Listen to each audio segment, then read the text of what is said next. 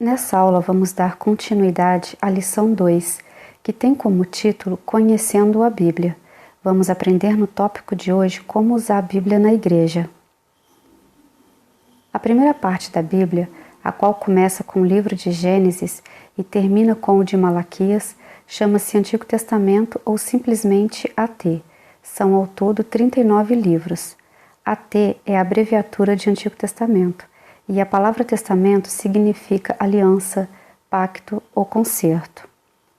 Depois de Malaquias, o último livro do AT, inicia-se o Novo Testamento, conhecido pelas letras iniciais NT e tem 27 livros. NT é a abreviatura de Novo Testamento. O primeiro livro do Novo Testamento começa com Mateus e termina com o livro de Apocalipse. Você aprendeu que as duas divisões da Bíblia são o Antigo e o Novo Testamento. Juntos somam 66 livros. São 39 livros no Antigo e 27 no Novo Testamento. Um detalhe interessante, no entanto, é saber que os 66 livros não estão arrumados pela ordem de data em que foram escritos. Isso significa que os livros estão arrumados conforme o assunto e não de acordo com a data em que foram escritos. Por exemplo, nessa tabela, os primeiros 4 livros do Novo Testamento, chamados de Evangelhos, vai falar sobre a vida de Jesus. Depois dos Evangelhos, vem um livro que vai contar a história da igreja primitiva, ou seja, como se formou o cristianismo através dos apóstolos, por isso o nome Atos dos Apóstolos.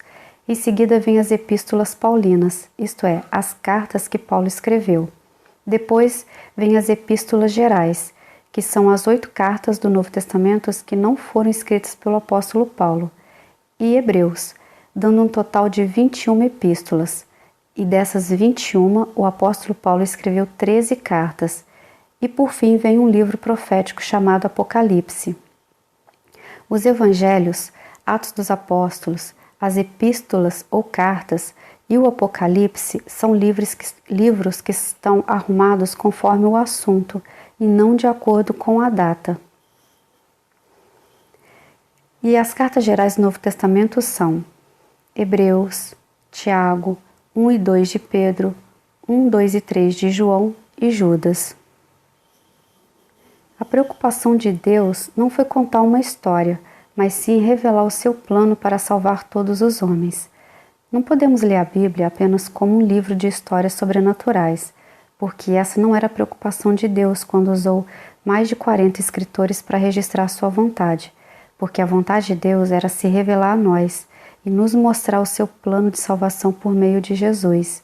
Deus não estava preocupado em relatar somente os milagres, ele queria mostrar ao homem como ser salvo. Para que o leitor encontre facilmente um texto, cada livro é dividido em capítulos e versículos.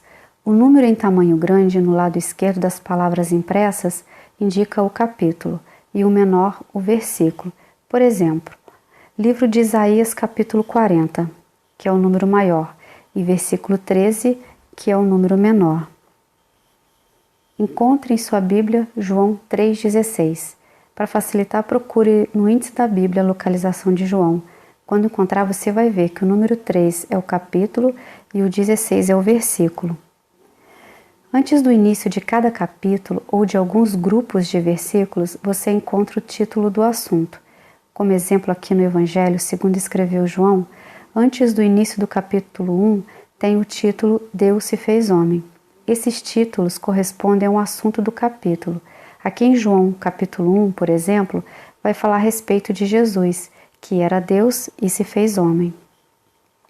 É bom você saber que os escritores da Bíblia não escreveram seus livros separando os assuntos por títulos, capítulos, versículos e nem usavam a pontuação como ponto e a vírgula.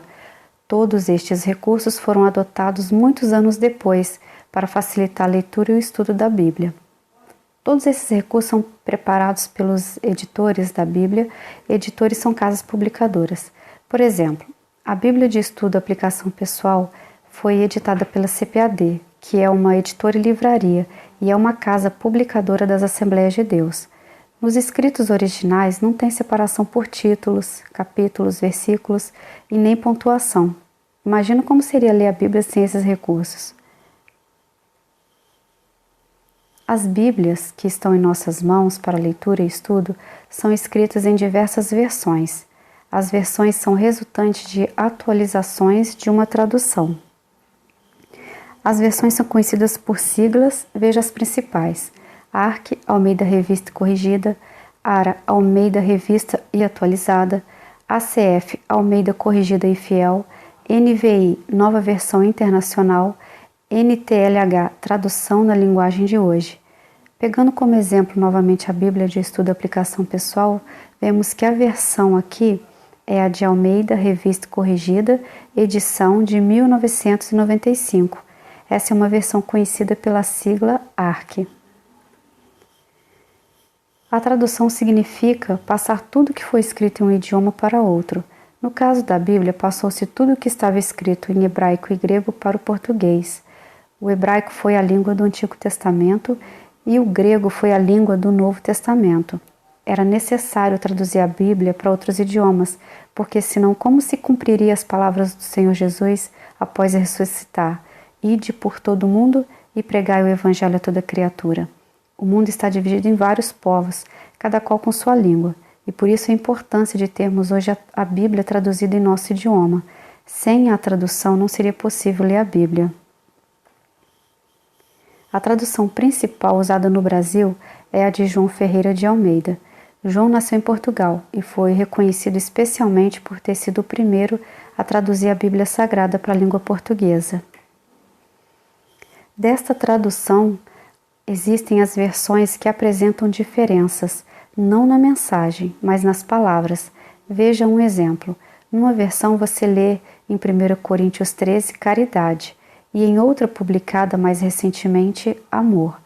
À esquerda, mas usando mais uma vez como exemplo a Bíblia de Estudo e Aplicação Pessoal, vemos nessa versão em 1 Coríntios capítulo 13, versículo 1, a palavra caridade. Essa é a versão conhecida pela sigla ARC, Almeida, Revista e Corrigida. E no outro lado, vamos ver nessa versão a palavra amor. Essa é a versão conhecida pela sigla ARA. A questão é que, com o passar do tempo, o vocabulário caridade tomou outro sentido e não é tão forte como o termo amor. A palavra caridade hoje em dia tem o sentido de ajudar alguém e por isso não é tão forte como a palavra amor. Quando se fala caridade, vem logo à mente ajudar alguém. Por causa das diferentes versões, você escuta as pessoas lerem o mesmo versículo de maneira diferente quando fazem isso juntas em voz alta na igreja. Quando lemos todos juntos o mesmo versículo na igreja com diferentes versões, isso causa confusão, porque enquanto um lê caridade, o outro lê amor. Será interessante você logo usar uma versão escrita no português mais recente. Usar a versão mais recente facilita muito o entendimento, porque as palavras são mais fáceis de pronunciar e compreender. Você deve levar consigo a Bíblia para os cultos e sempre que alguém for fazer uma leitura de um ou mais versículos, procure-os e acompanhe silenciosamente quem está lendo. É muito importante sempre levar a Bíblia para os cultos, porque acompanhando a leitura fixamos melhor os versículos. Isso também ajudará a encontrar com facilidade e rapidez os livros, capítulos e versículos anunciados nos cultos. Você é capaz de encontrar em sua Bíblia 1 Reis, capítulo 9, versículos 5 a 14? Ao final dessa lição, procure e leia este texto. E na próxima aula vamos dar continuidade a essa lição. Vamos aprender como usar a Bíblia no dia a dia. Vamos falar sobre a leitura, a memorização de versículos, o estudo e a meditação. E qualquer dúvida é só me perguntar. Até lá, se Deus permitir.